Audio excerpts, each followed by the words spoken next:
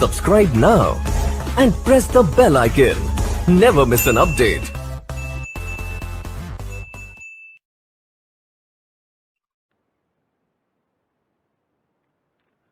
यहाँ पे देखो मास्टर बूट रिकॉर्ड को हम कंटिन्यू करते हैं स्टेज सेकंड के अंदर। तो मास्टर बूट रिकॉर्ड के अंदर हमने देखा कि टोटल 512 बाइट जो स्पेस है वो मेनली यूज किया जाता है। तो 512 बाइट को हम किस प्रकार से डिवाइड करते हैं, ठीक है, उस चीज को हम डिस्कस करते हैं। तो यहाँ पे देखो एक मान लो डिस्क है हमारे पास, यहाँ पे ले रखा है देखो n सेक्टर डिस्क ड्राइव है ना, जिसके अंदर n नंबर ऑफ सेक्टर्स हमारे पास अवेलेबल है और प्रत्येक सेक्टर जो है वो कितने बाइट का है, 512 बाइट का है। जैसे ये एक सेक्टर है 512 बाइट का, ठीक है, ठीक है, ये दूसरा सेक्टर है 512 बाइट का, ये तीसरा सेक्टर है 512 बाइट का, ठीक है। इस टाइप से ये सेक्टर्स बने हुए और कितने सेक्टर्स है, n सेक्टर्स है। बट हमें सबसे क्या मतलब, हमें तो केवल सेक्टर 0 से मतलब है।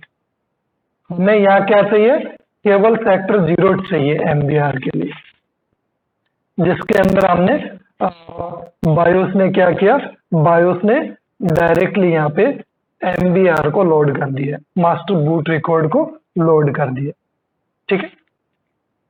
यहाँ पे देखो इसको किस प्रकार से डिवाइड किया जाता है।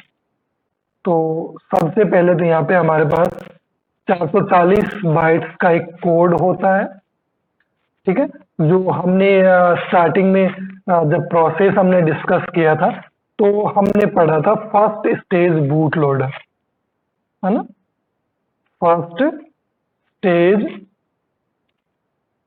Boot loader, boot loader FSBL, ठीक है। मेनली ये कोड और कुछ नहीं, फर्स्ट स्टेज बूट लोडर होता है, ठीक है, और ये 440 बाइट का स्पेस लेता है।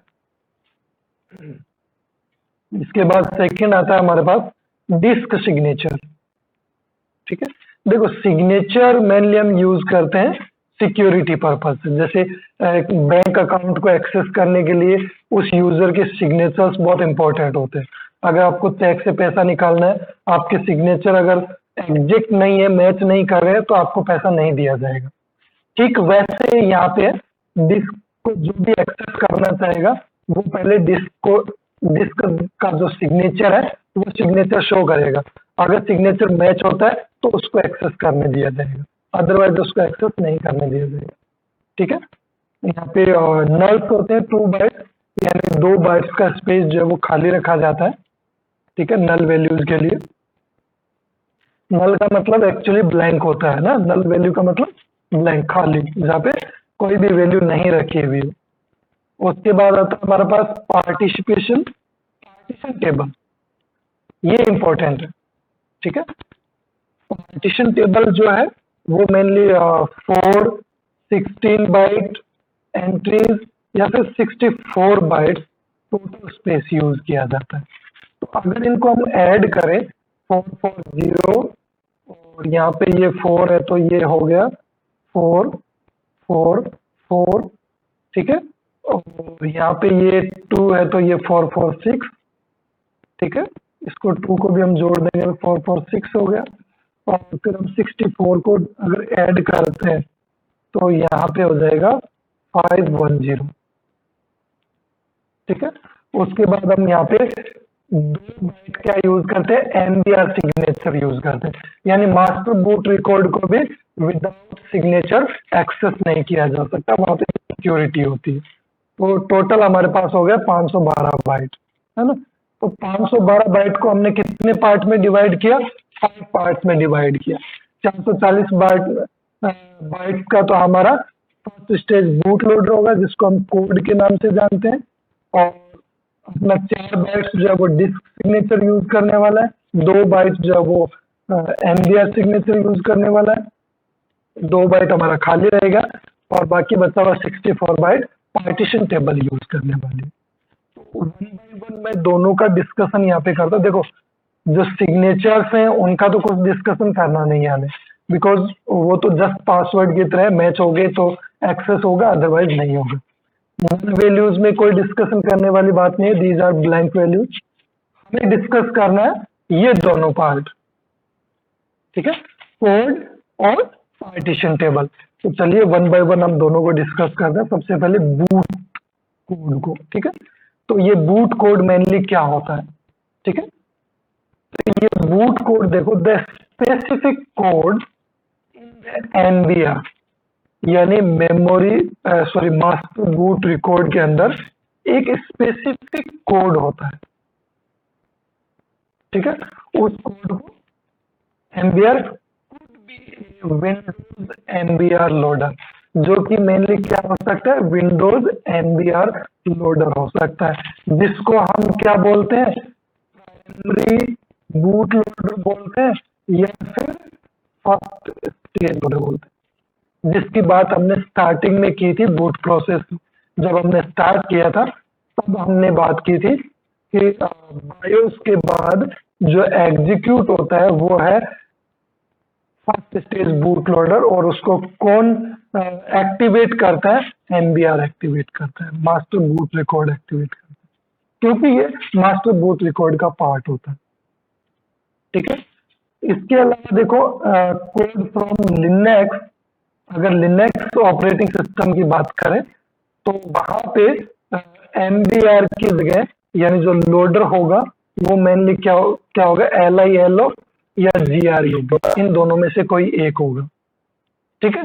तो यहाँ पे लिनक्स के हम डेप्थ में नहीं जाएंगे, बिकॉज ऑफ हम केवल विंडोज के बारे में हम यहाँ पे चर्चा करेंगे।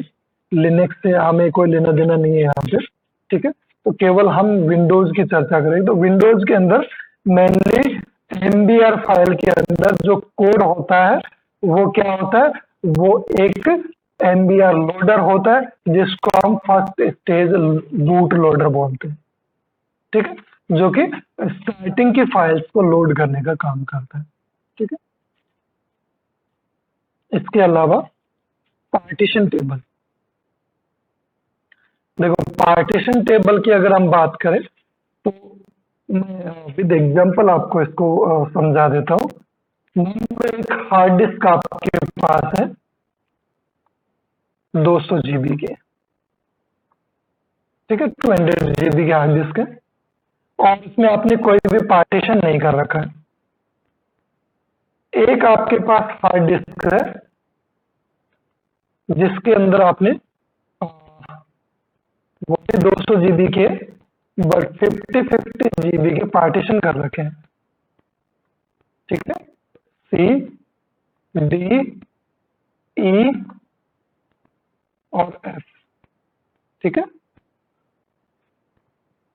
ये पार्टीशन आपने कर रखे। अब मान लो मेरे को एक फाइल एक्सेस करनी है, तो कौन से में फाइल को एक्सेस करने में ज्यादा टाइम लगेगा, एक तो 200 किलोमीटर का एरिया जिसमें आपको कुछ ढूंढना है, और एक केवल आपको 50 किलोमीटर के एरियाज आपको बांट दिए जाए कि आपको केवल इस 50 किलोमीटर के एरिया में सर्च करना है, तो किसमें जल्दी से एक्सेस होगा, ऑब्वियसली 50 वाले में। तो यहाँ पे मान लो कोई फाइल हमारे पास पड़ी है मेमोरी के लास्ट में, और यहाँ पे मेमोरी के लास्ट में कोई फाइल पड़ी, तो यहाँ पे आपको पूरा 200 GB एक्सेस करना पड़ेगा, पूरे 200 GB में आपको ढूंढना पड़ेगा, और यहाँ पे आपको कितने में ढूंढना पड़ेगा, केवल 50 GB में ढूंढना पड़ेगा, ठीक है, ओनली 50 GB स्पेस में। तो कौन सा फास्ट हुआ, पार्टीशन वाला फास्ट हुआ, ठीक। इसके अलावा पार्टीशन का क्या फायदा है, देखो इसके अंदर आप केवल एक ही ऑपरेटिंग सिस्टम को इंस्टॉल कर सकते हो, ठीक है, बट यहाँ पे आप हर एक पार्टीशन के अंदर नया ऑपरेटिंग सिस्टम डाल सकते हो। यहाँ पे ओएस डाल सकते हो, यहाँ पे आप ओएस डाल सकते हो, यहाँ पे आप ओएस डाल सकते हो, और अलग अलग, जैसे यहाँ पे विंडोज 7 डाल दिया, ठीक है, यहाँ पे विंडोज 10 डाल दिया, ठीक है, यहाँ पे आपने मान लो आपको यूनिक्स यूज करना, आपने यूनिक्स डाल दिया, ठीक है। इस प्रकार से आप अलग अलग ऑपरेटिंग सिस्टम्स को अलग अलग पार्टीशन में डाल सकते हो, है ना। पार्टीशन को हम मेनली वॉल्यूम के नाम से भी जानते हैं,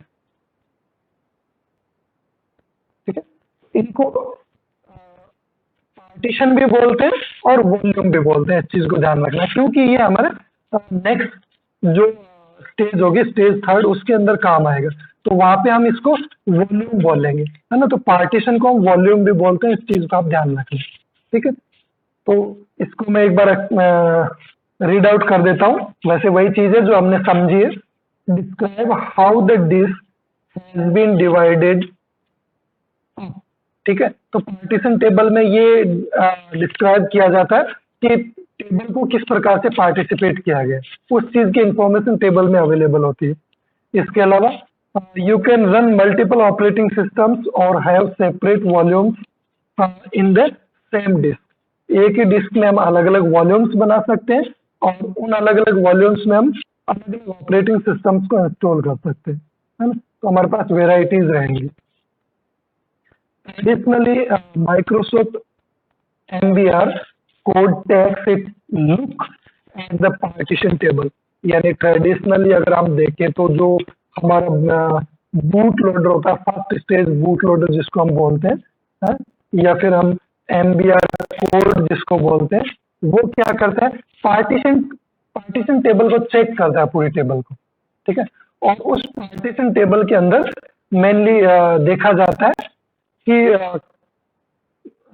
ऑपरेटिंग सिस्टम जो है वो कौन से वॉल्यूम के अंदर स्टोर्ड है, ठीक है, वो कौन से पार्ट के अंदर स्टोर। तो यहाँ पे उस पार्ट को जो है वो एक्टिव देखा जाता है कि जो एक्टिव है, एक्टिव का मतलब जिसके अंदर ऑपरेटिंग सिस्टम अवेलेबल है, ठीक है।